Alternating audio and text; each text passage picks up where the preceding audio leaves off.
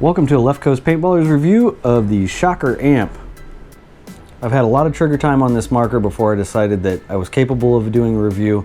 I don't want to do that standard review where it's just basically an unboxing and telling you the features that you could figure out for yourself. I want to try and add some information that you couldn't get without shooting it.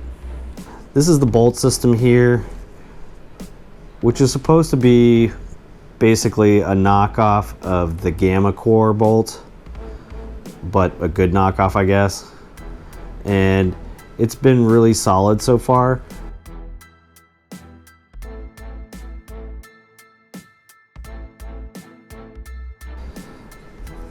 It took a little bit for the O-rings to get seated and for it to break in period, which was fine. It still shot great in between.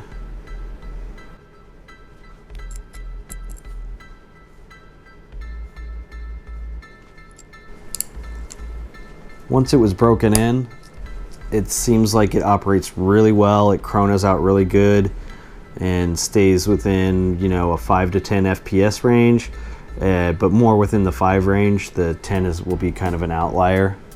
So that's quite nice. The shot quality has been really nice. It's got a little bit of a kick to it, and so that's kind of subjective, I guess, like whatever you like. It's probably a little bit different than the Gamma Core, the Ethas, and the 170Rs, but it's still pretty smooth. Got a nice, satisfying sound to it, and just shoots really consistently and feels good to me. So I've been happy with it. Haven't had any issues with the bolt yet. Maintenance is pretty straightforward. Pretty easy to lube and clean. It does seem like it gets pretty dirty pretty quick. So even though, you know, I pretty much clean my markers every time anyways, this one probably needs a little bit more. It definitely gets dirty here on the barrel and right here at the actual bolt.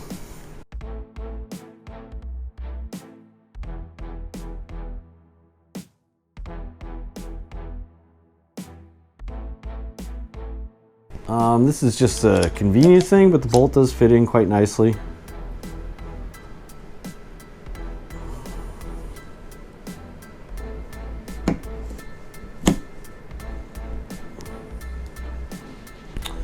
And, you know, sometimes this concerns me that potentially this could come loose while I was playing. And it did come kind of loose one time, but it never was a problem. It never fell out or anything like that. So that's probably not a big concern.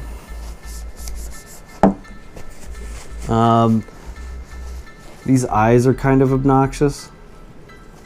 Like, it gets really dirty in here.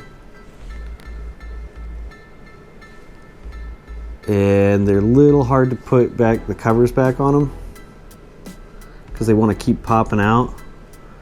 So you tend to have to grab like one thing to hold it in place, then put the cover on, then kind of pull this out. If there's a better way, somebody tell me. You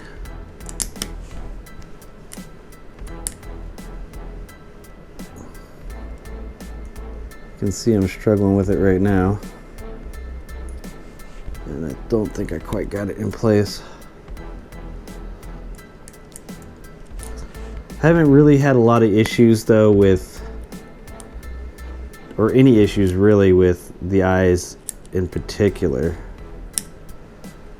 So it's been kind of a non-issue other than just cleaning it, but I haven't ever had the eyes have problems while I was playing.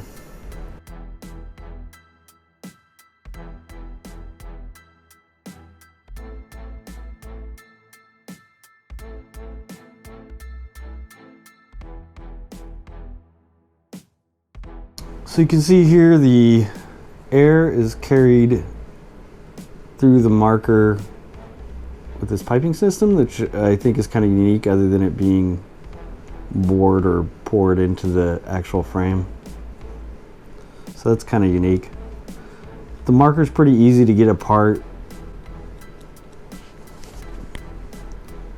And then everything just connects via like a pinout here.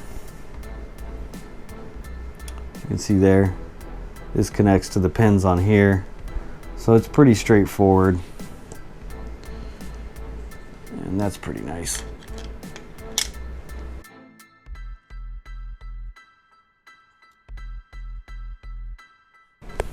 Tend to get like paint in here, so it's good to take this handguard off when you clean it. The battery seems to last pretty well. I don't really have any issues with storing it with the battery inside it.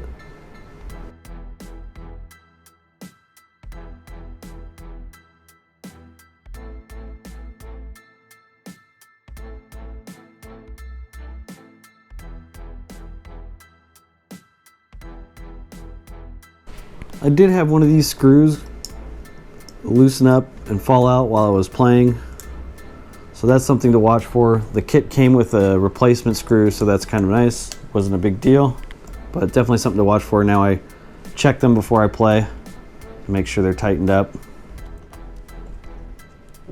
The ASA also came loose on me while I was playing, and you just take the air tank off and then you can tighten it right through here. So that didn't end up being a big deal.